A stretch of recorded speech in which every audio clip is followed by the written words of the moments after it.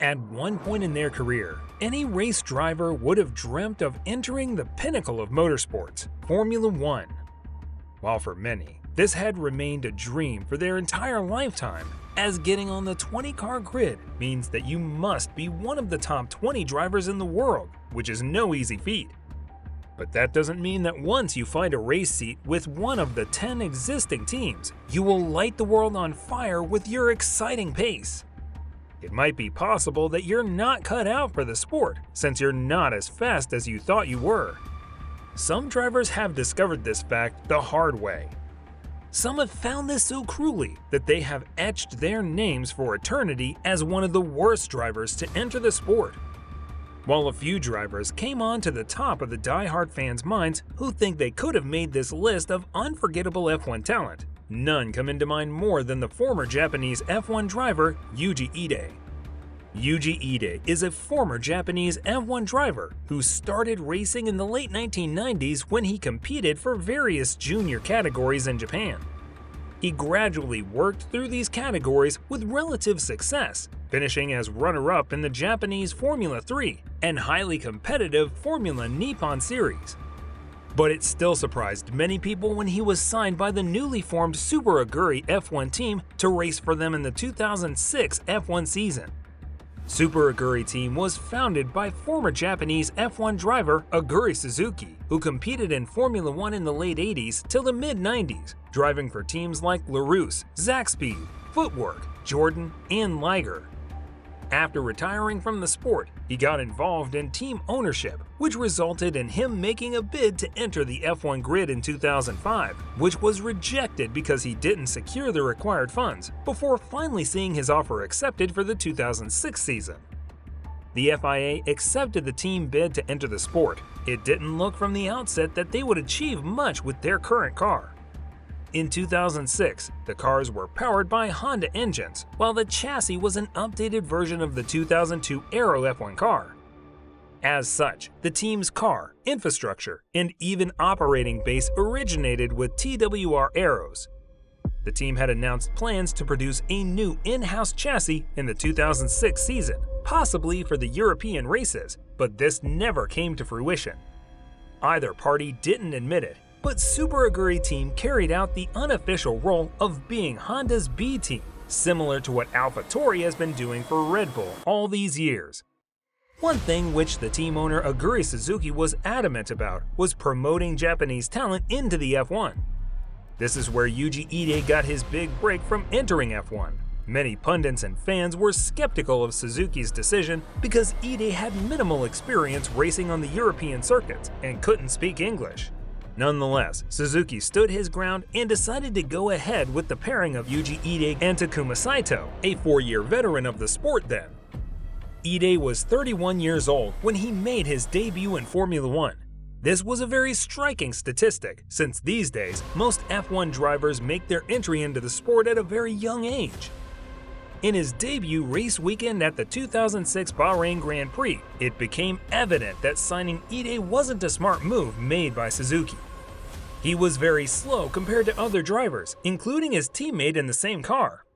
In his first qualifying season, Eede was almost 3 seconds slower than his teammate and 7 seconds slower than the pole setter, Michael Schumacher.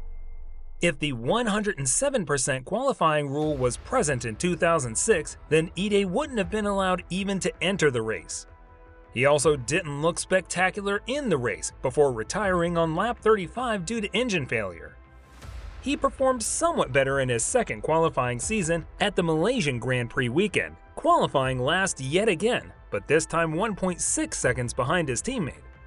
But Eede could still not classify a race finish, as on lap 33 of the Malaysian Grand Prix, he retired his car with an unspecified mechanical problem as he pulled his Super Aguri off on the grass. Pressure was starting to mount on the Japanese driver, which clearly showed in Australia. Eede again qualified last on the grid, 4 seconds behind his teammate and 8 seconds behind the surprise pole getter on the qualifying that weekend, Jenson Button of Honda. Eede managed to get his first race finish at P13 on Sunday. However, he was the last driver to classify the finish, as the drivers behind him all had DNF. He finished 3 laps down from the leading car and a lap down from his teammate in that race. His race was marred by many instances where he spun his car on the track, causing people to question why he was still in the sport. His antics on race day were not the only negative talking point associated with him. During qualifying at the Australian Grand Prix, Eede was blamed for blocking Rubens Barrichello during his qualifying lap, causing the Brazilian to be stuck in the first round of qualifying and start 16th on the grid. If you like this video, click the subscribe button and the bell icon to get further updates on more F1 related content, where we will share interesting facts and stories with you. Also, visit our channel and experience the world of Formula One like never before. From insider insights to noteworthy recaps, we have it all. Join the action and click now to explore our library of F1 content and subscribe for more high-octane excitement. After the Australian GP, the Super Aguri team owner said on the media that Eede must improve his form if he wants to continue racing for the team. So, that meant that at the next race, the San Marino GP, Aguri had his last chance to try and impress the F1 community and solidify his place on the grid. However, what transpired that weekend was the opposite of what Eede would have hoped for, and boy did he suffer an embarrassing exit from the sport that weekend. He again qualified last for the Sunday race. On race day, in the first lap, Eede was involved in a massive accident with the Minardi team driver Christian Albers.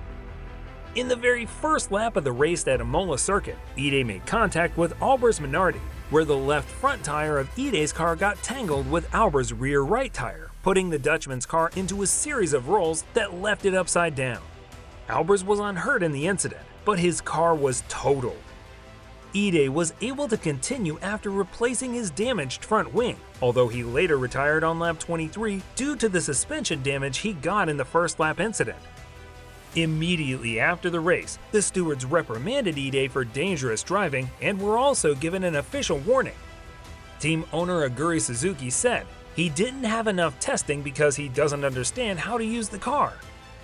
A week after San Marino Grand Prix on May 4, 2006, the team announced that Eede was demoted to the third driver role, and the current third driver at the time, French driver Franck Montagny, was given the second driver seat at Super Aguri.